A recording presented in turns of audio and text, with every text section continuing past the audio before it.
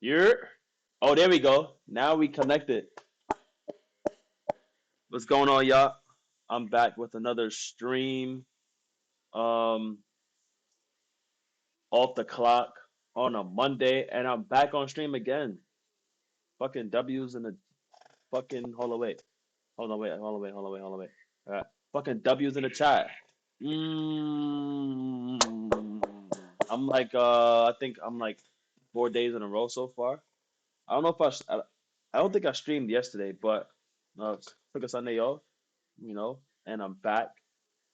Um, I am gonna. So I did go to the gym during lunch, and and and I am going to hit. I'm gonna try to hit a 6 mile today. I ran a mile and a half today, fast. But yeah, man, this is the life streamer, of a streamer. Hold on, wait. Let me look at my no. Okay, that's fine. This is the life of a streamer with a 9 to 5 so far. We just gotta turn up a notch, you know? We gotta get better with the content, get better with the editing, get better with the clips. Like this oh shit, my computer just fucking went off. Hold on, y'all. Hold on, y'all. Hold on, y'all. This is happening. My connection just went out. Shit, bro. Y'all can't see me real quick. Hold on. We gotta get this fixed. What just happened? Okay, now y'all can see me. All right, I don't know what happened, but I went out for a minute. But yeah, this is the life of a 9 to 5 worker that's also trying to stream, and it's not that glamorous, because you get your you got your days where work comes first. You got to prepare for the week, right? Um, you have to get mentally prepared. You got to do laundry, right? I don't have all the money in the world to pay everybody to just pay everything to get done by someone, like cleaning the house, doing laundry, buying groceries, cooking, washing a car, clean like it's a lot. So I still have to spend my time um doing some chores and all that good stuff. And then I have to spend time on learning how to use the software. This is real shit. So if you're trying to stream, if you have 9 to 5, if you're trying to stream, take it from me. Some of these streamers got all the time in the world to edit their videos, collab with other people. Um, you know what I'm saying? Some of them probably live with mom and dad. I live by myself. Well, I don't live by myself, but I have my own house, bought my own house. So yeah, and then if you're in the military, it's probably less ideal for you when you have to deploy or when you have to do some type of field training exercise or some type of training that you have to do. All that stuff stops, comes to a pause. So I'm actually happy for myself that I'm streaming again. Now, in terms of streaming, I just feel like my content is it's not giving. It's not giving what it's supposed to give. I need to get out there. I need to do more stuff. I need to do my in real life streams. But right now I don't have a cameraman, and I think I could easily get a cameraman, so I'm not really fixed on that, but I'm trying to get into the habit of editing my videos. So I uploaded let me share my screen with y'all. So I started exporting the videos that I streamed on Twitch onto my YouTube channel, and let me see if they got uploaded. View your channel. Click on. It's not there yet. Hold on, wait. View your channel. Wait, wait, wait. No, view your channel. Why is it not showing? That's weird. Hold up. Let me see. Um, what is going on? When I click view your channel, it's not showing my shit. See, look, you gotta be privy with the technology. Hold up. Let me go back here. So I click this. Oh, YouTube Studios right here. Click YouTube Studios. Oh, my screen is frozen. Hold on, y'all. Hold on, y'all. 1 second. Let me get there. Let me unfreeze my screen.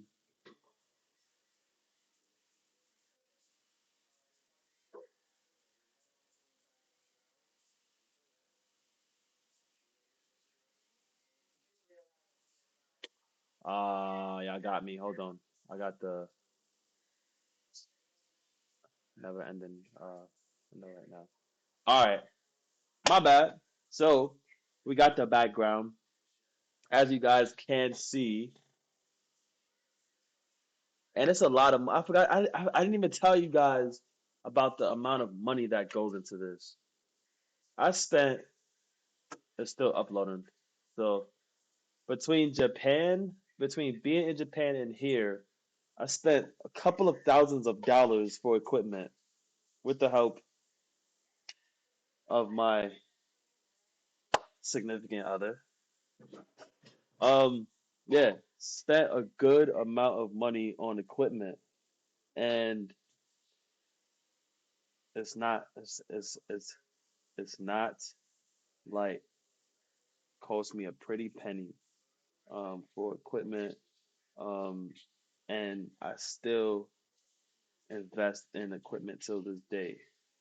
But I also make what I have do. So I have a small little light, but I have to charge it every couple of days because it dies. Not even a couple of days, every other day because it dies. Um, but I make what I have do so I could still maintain um my day-to-day expenses. Because if I just go all out on everything that I need, I'm not gonna be able to do other things. So it's really like you just gotta grow. You just gotta grow with it. You gotta let it grow with you. And who knows? I might not even continue streaming in the future, but it's just an investment. So um, it's something that I want to do, and I gotta invest in it. So as you guys can see, I have my YouTube channel up, and I started uploading. Like I said, I started uploading the videos that I was shooting on stream onto YouTube. But what I need to do really is I don't know if I have a good method of creating clips. I don't know if there's a specific space where people go to create clips. So I would usually, so I made one short on YouTube that was on the YouTube platform. I created a clip off of a video that I shot, that I pre-recorded on YouTube. Then I just realized that you could create clips on Twitch. But I'm also hearing that there's apps where you could create clips. I need to start clip farming. That's another thing. But I feel like a lot of my clip farming is gonna be when I do my IRLs, and I need to basically be out, put myself out there more. And before I put myself out there, I need to have a reliable cameraman. But I figured it's just easier for me to just stay at home for now and shoot videos from my house. But I solely believe that if you collab, you're going to get out there more than shooting videos by yourself. But staying shooting videos by yourself allows you the opportunity to learn the platform more, to get more familiar with the different tools, get familiar with editing, to get familiar with what type of content you're comfortable with, speaking on that content, et cetera, et cetera. So I just gotta play it, I gotta play with what I got. So with that being said, I'm going to finish looking at some of these videos that I shot. So view channel, right, back to Twitch, view channel. There we go. Yeah, see myself. Let me share my screen with you guys again. All right. Anyways, yeah. So let's get back to these videos that I was exporting. Even learning how to even look at your chat. So I'm streaming from OBS, and then every once in a while, the chat button just the chat just disappears. I don't know why it does that, but it disappears, and then I can't find it. Um, but I always manage to re-upload it. Hold up, I'm echoing right now. I'm echoing because I'm trying to pull up the Twitch channel. All right, so here we go. Yeah, so let me pop out my chat. It says chat is hidden. Now it shows the chat. Uh, as far as oh, boom, I got the chat here. Let's fucking go. So we're connected. All right. Um, where you guys? Where you guys? Where you guys? Okay, you guys can see me. But yeah, so it's really a matter of just me spending time with this and accepting the fact that my viewers are not going to be there, and everybody got to start somewhere. And um, with consistency comes the views and the recognition and the um, being noticed. So I'm chilling. Um, I've been there before where I started out trying to do something and I had I had no one looking at my stuff. Nothing. I had nothing. So it's all good. I've been there. I know what it's like. But yeah, we are going to continue on this journey. I was just speaking to one of my friends. We're gonna be doing a collab in May, fitness videos. So you guys stay tuned for that. Gonna be pretty interesting. Dude's a fucking sick, bad motherfucking fitness dude. Cut down a lot of weight. Dude goes to the gym like twice a day. Wakes up at like three, hits the gym, for a couple of years. So we're gonna be doing a collab soon in May. Definitely look out for that again. But in the meantime, I'm gonna stick to my reaction videos, and like I said, let me try to see if I can finish uploading my videos from Twitch onto YouTube. And after that, I am gonna go do my little workout for the night, which is gonna be a 3 to 6 mile run. So um back to sharing my screen. I need to. I don't know if I can. I don't know if I could still upload videos while I'm streaming from Twitch, but we're going to give it a shot and try and see that probably can't, right? Yeah, I don't think I can. Mm, I don't think I can. But there's so many things that I could do in here that I don't know of, and I feel like that's where staying at home and doing videos on my own, that's where it comes in because now I have to learn how to use these different buttons and these different software that's at my fingertips. Um,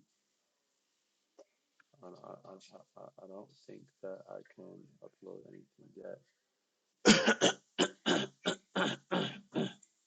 What is that content team? No. And when the time comes, I'll get a cameraman and I'm gonna be doing IRLs again. So I'm chilling. Promise you, I'm chilling. I promise you, I'm chilling. Promise, promise, promise. I'm chilling. I'm chilling. I'm chilling.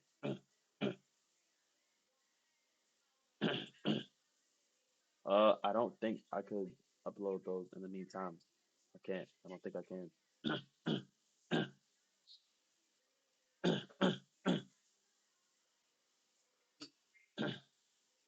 Science is really acting up right now.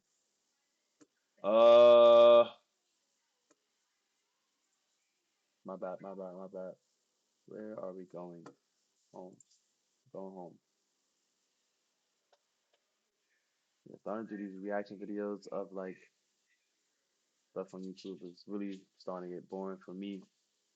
I'm starting to get tired of doing these reaction videos.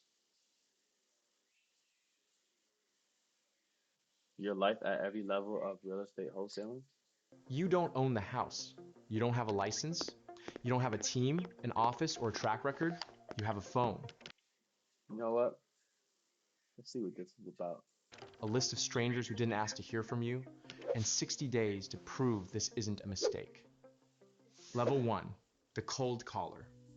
You are 23 years old, maybe 26, maybe 31, and recently laid off. The specific number doesn't matter yet. What matters is that you watched a YouTube video at 11:45 on a Tuesday night And the man in the video said you could make $10,000 without buying a single property. You believed him enough to be here on a Monday morning with a list of 800 distressed homeowners and a phone that feels heavier than it should. The concept is simple. Find a homeowner who needs to sell fast.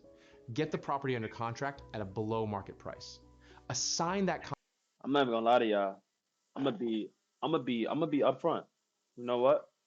I'm gonna be upfront. Maybe I'm supposed to be here discussing with y'all. I'm gonna be upfront.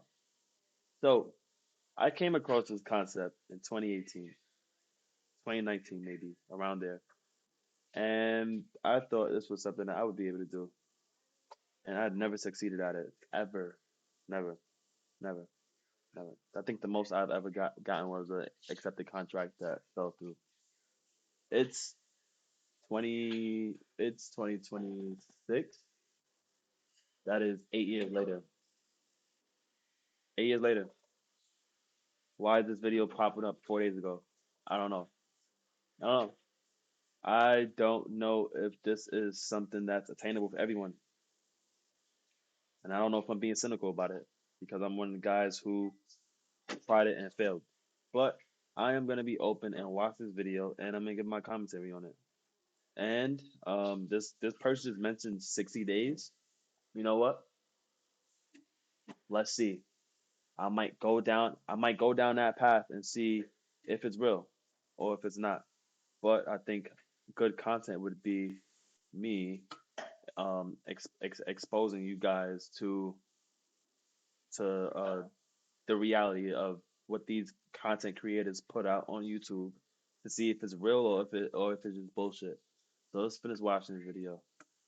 contract to a cash buyer for more than you agreed to pay. Keep the difference. The gap between those two numbers, property under contract at a below market price. Assign that contract to a cash buyer for more than you agreed to pay. Keep the difference. The gap between those two numbers is your assignment fee. The average is around $10,000 per deal. That is the number you are holding on to right now like a life raft. The reality is the list. You are cold calling. Every number is a stranger. Most of them hang up before you finish the second sentence. Some of them are hostile. One of them, on your third day, tells you that you are a scam and that you should be ashamed of yourself. You write that one down in a notebook and stare at it for a few minutes. Then you dial the next number. You spend $400 on skip tracing software this month. I've been there. You spend another $180 on a dialer subscription so you can I've been there. I got the headphones for it. I've been make there. calls Trust me. faster. You have not made a single dollar. You have I've been there, chat. What the? What the? no $200 subscription so you can make calls faster. You have not made a single dollar.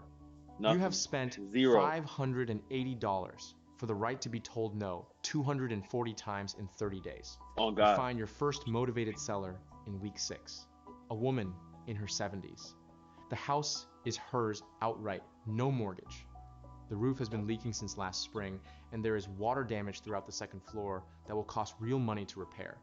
She says she just wants it gone and she doesn't want the hassle of listing it. You run the numbers. After repair value, around $320,000. Estimated repairs, $40,000. You offer $110,000. She counters at $125,000. You agree at $120,000. You have never signed a purchase contract before in your life. Hold on, wait. Let's get that. Damage throughout the Let's second get that floor on paper. that will cost real money to repair. She says she So she just got a wants roof it leak? gone and she doesn't want the hassle of listing it. So let's get You rid of. run the Let's get numbers. rid of the house. After repair value, around $320,000. Okay. So home fixed up is worth 320. Fixed up.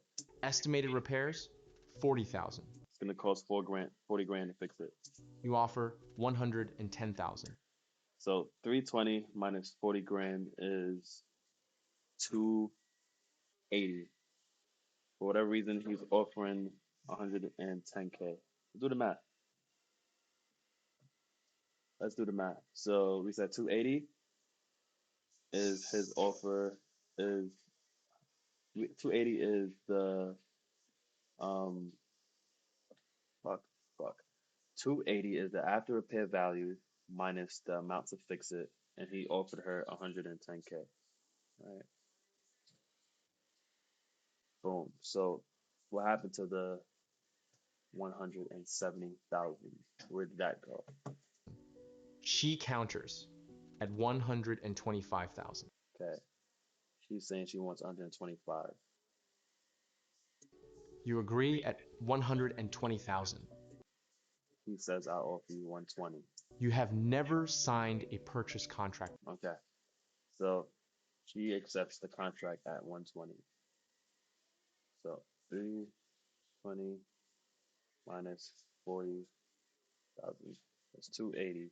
He offers her 120. Okay.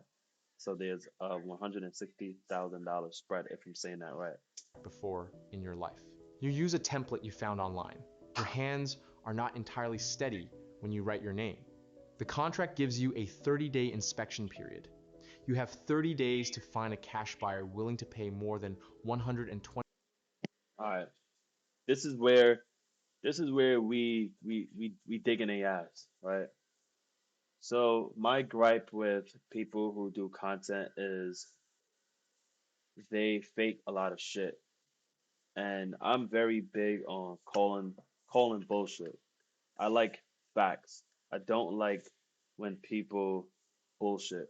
So realistically, for for for you guys that's still here watching this, you never you never ever really have 30 fucking days to find a cash buyer. There's in this market, there is no fucking inspection contingency where the seller will allow you to tie their property up for 30 days. So you could go fucking scratch your ass and go fucking fuck off and find a cash buyer when you want to. You typically have 1 day, 2 days, maybe three, because in this market you have people who are itching to buy a good deal. So they'll come in and offer something higher and say, "Hey, we'll close way sooner than fucking 30 days," and then you're done. Right? So that's my thing is that's my thing is with the people who put content out like this, when they're not being realistic, it's hard for you to say, okay, this thing can work, or they're being transparent, or maybe you you start thinking that you're the incompetent one, right? So right there and then, I'm calling bullshit right there. There's never been a contract signed with a 30-day inspection contingency ever, not that I know of. So for this person to say 30 days to find a cash buyer, that's already bullshit. Let's go. 20,000 for an equitable interest in this house. You go home and start calling every cash buyer you can find. If you're enjoying this content, a sub goes a long way. All right, back to it. Level 2, first money. On a Thursday afternoon, a title company wires $6,400 into your bank account, your first assignment fee. You assign the contract Whoa, whoa, at whoa, whoa, whoa, whoa, whoa, 120. whoa, whoa, whoa, whoa, whoa, whoa, whoa, whoa, whoa. Let's slow down. Let's slow down. I'm gonna give my utmost comment on this, and I hope the person that created this video catches me. I'm gonna play it back. On a Thursday afternoon, All right. equitable Let's see what he Kathy said. when you write your name. The contract gives you a 30-day inspection period. You have 30 days to find a cash buyer willing to pay more than 120,000 for an equitable interest in this house. Right. You go So you need to find a cash buyer who's gonna pay more than what you offered the seller. home Yes. and start calling every cash buyer you can find. If you're enjoying this content, a sub goes a long way. All right, back to it. Level 2, first money. On a Thursday afternoon, a title company wires $6,400 What is going on with my view? into your bank account. Okay. Why is the title company wiring $6,400 to your bank account? Your first assignment fee. Where did that assignment fee come from? Let's backtrack. You have your purchase and sales agreement contract signed between you and the seller, and then your assignment contract is between you and the buyer. So the $6,400 comes from the buyer who signed the assignment contract with you. But why is the title company wiring $6,400 to the wholesaler if he didn't find a buyer yet? What is going on? Let's continue to watch this video. You assigned the contract at 126,400. The buyer, a fix and Okay, so he apparently found a buyer for 126,000. flip investor who has been working your market for 11 years, agreed Checks without out. negotiating. That Checks told out. you something. You left Checks out. money on the table. You file that away. $6,400.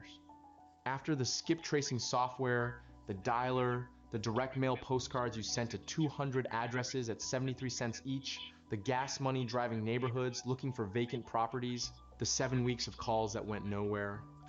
That's my biggest gripe with this is the time spent for a profit worth it? It's devious the amount of work you have to do. Now, yeah, you might get a big assignment fee, right?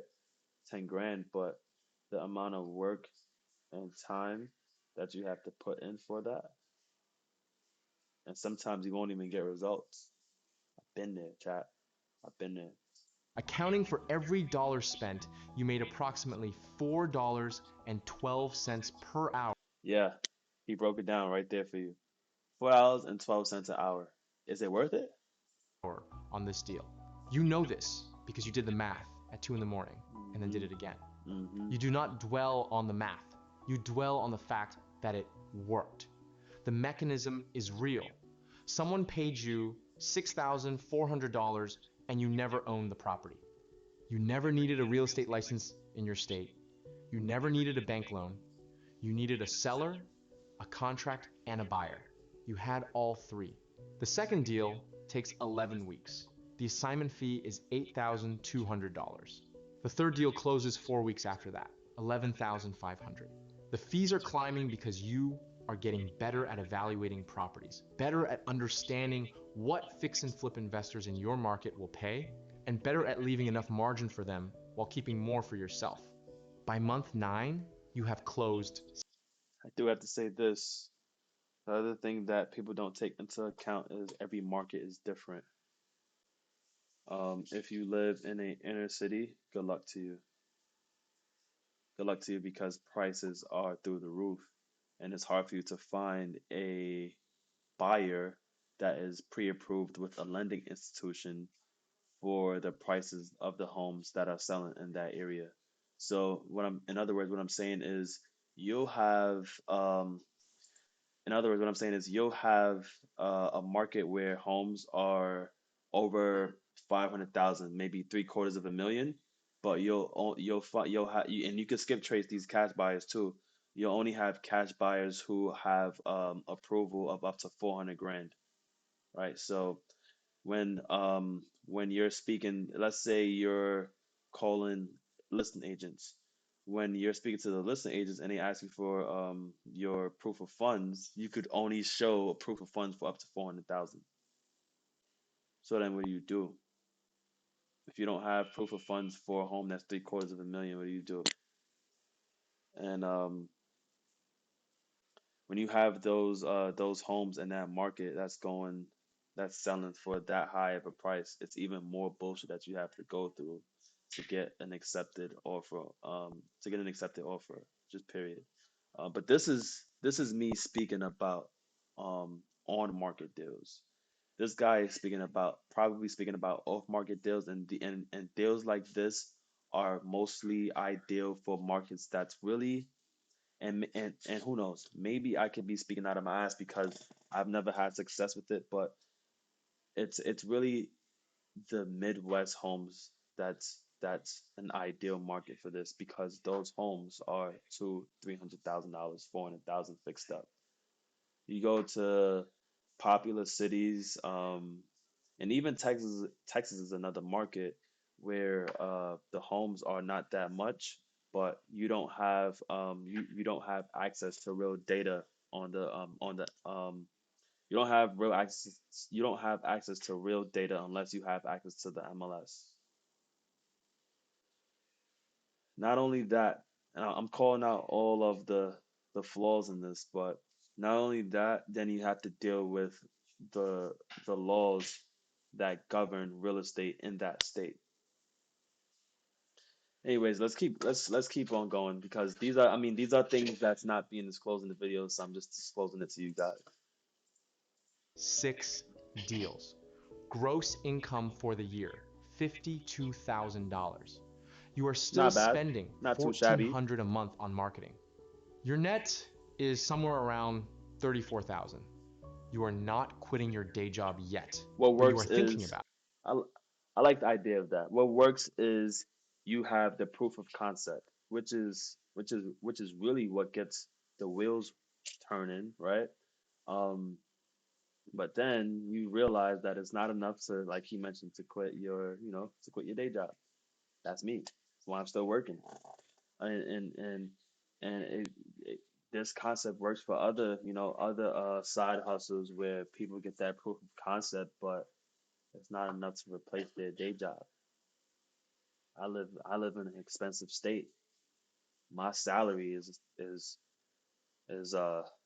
up north 3/4 of 100,000. If I'm gonna quit my day job, I'm gonna need something that's gonna be able to pay me double, at least double with more overhead of what I'm getting paid. It has to make the numbers got to make sense. All right, let's keep it rolling. You are thinking about it every single day. Level 3, the solo operator. You quit your job. You closed 4 deals in the last 90 days. The most recent one paid you $18,000 because the seller had a house worth $350,000 in after repair value, minimal work needed, mostly paint and carpet. The seller had moved to assisted living 6 months ago and just needed it gone. She accepted $200,000 cash today. The buyer paid $218,000 for the contract. You were in and out in 22 days. You are spending $4,000 a month on marketing now. Targeted direct mail to So, yes, these are real. You have your what he's showing here is your what do you call it? It's the public. Fuck, I'm so far removed from this topic. You have your oh God, how does he what's the name of this list? It's public it's at the tip of my tongue. Public public records. Yes, there we go. See, public records. So you have your public records that will show you all types of contact information for anybody who has any type of any type of situation where their name and phone number is going to be recorded on public records. So it could be list pendants, it could be probate lists, code violations, tax delinquencies, any type of pre foreclosure, a foreclosure, any type of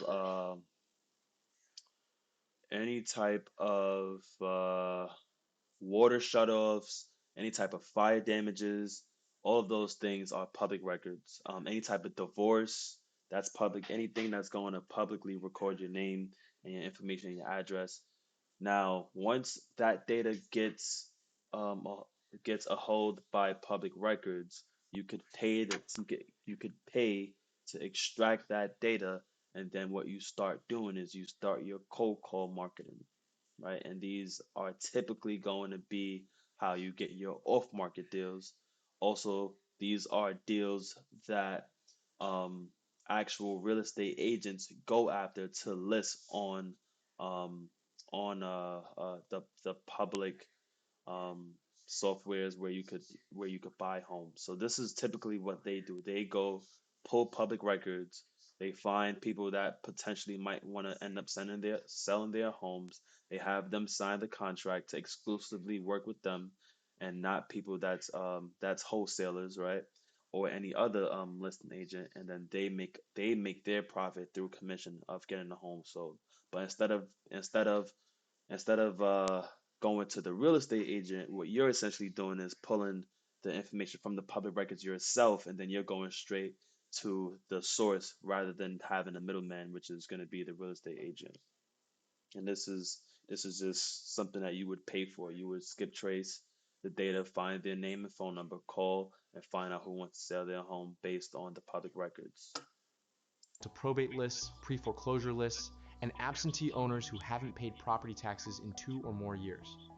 These are the sellers who need to move, not the ones who want to move. The distinction is everything. A seller who needs to move will accept a price that creates a deal.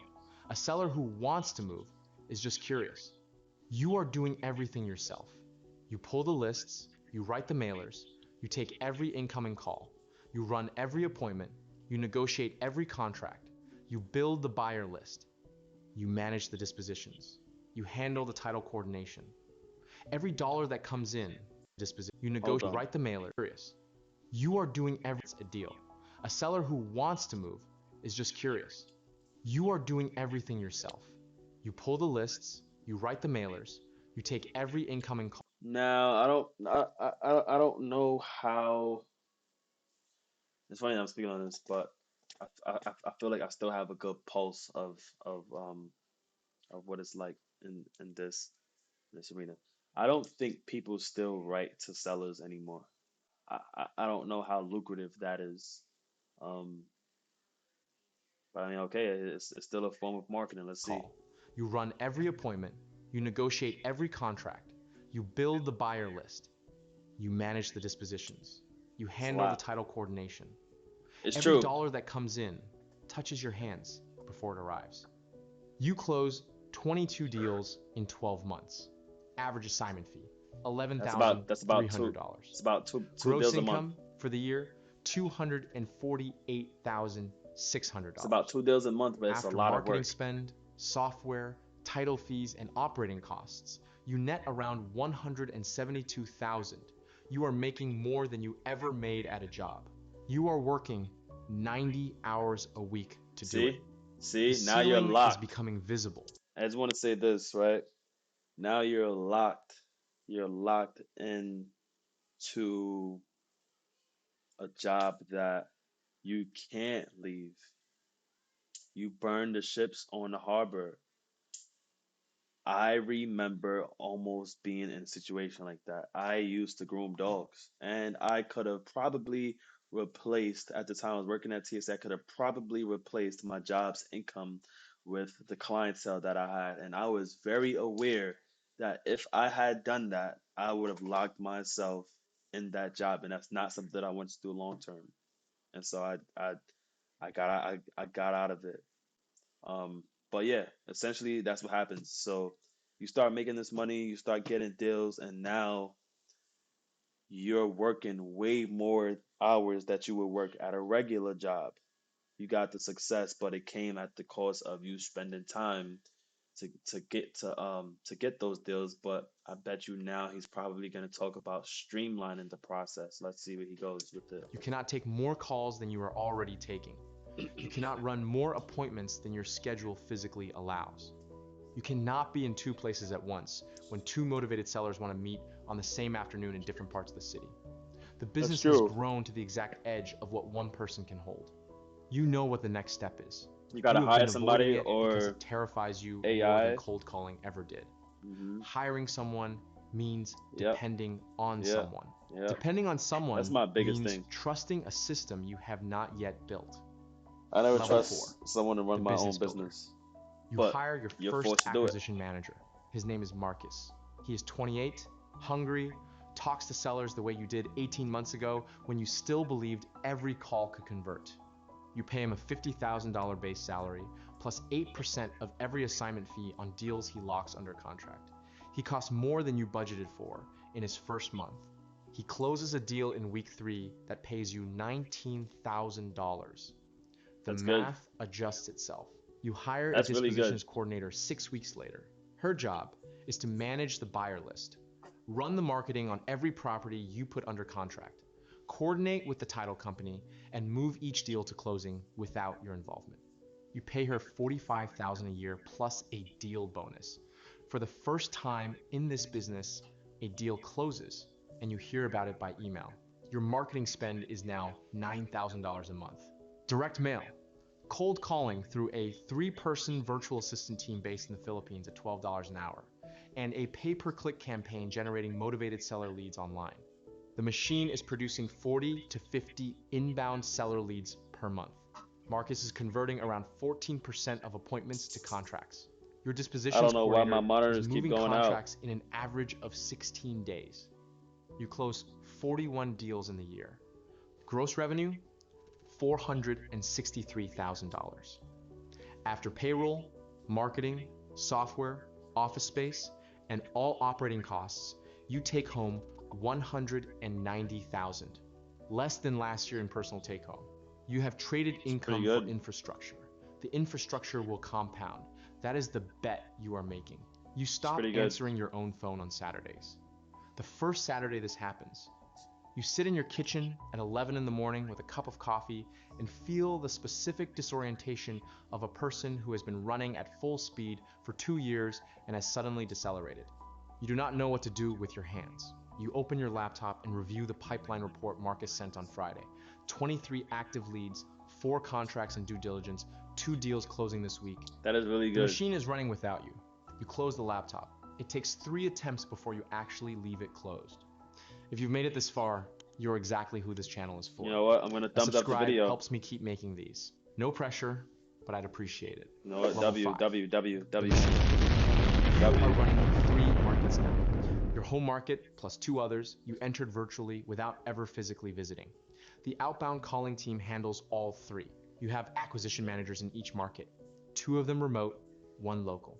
Your dispositions team has grown to 2 people managing a verified buyer list of 1,412 active cash buyers across all 3 territories. Your marketing budget is $31,000 a month. You are a business now, not a person with a phone. Leads arrive through 9 separate channels. Your acquisition managers review every appointment and make every offer. Your name is not on the purchase contracts anymore. Your entity name is. You are the entity. You close 111 deals this year. Average assignment fee, $12,800. Gross revenue, $1,420,800. After all operating expenses, including payroll for 11 full-time and part-time team members, you take home approximately $380,000. You are above 7 figures in gross revenue and below $400,000 in personal income. Both numbers are real. Both matter in different ways. The business requires a different version of you than the one who made the first cold call. That version was a salesperson. This version is a systems operator. You spend your Mondays reviewing KPIs. Conversion rates per lead source, average days to contract, average days from contract to close, average assignment fee by market and by acquisition manager. You have spreadsheets that tell you more about your business than you knew about yourself at 23. One of your acquisition managers has a month where he converts 22% of appointments to contracts. The market average is 12. You study what he says in his seller calls and build a new script around it. You roll the script out to the other markets. Conversion across the board moves to 16% within 60 days. That single change generates an additional $94,000 in gross revenue in the following quarter. You did not make a single call. You made a single decision. You have not spoken to a motivated seller yourself in 14 months. Level 6, the operator above the business. You are not a wholesaler anymore. You have not been one for some time.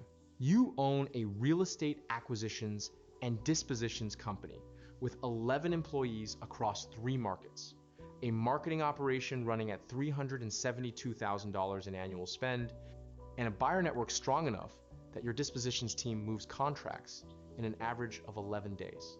You have begun keeping deals. not assigning them. When a contract comes in with an Notice I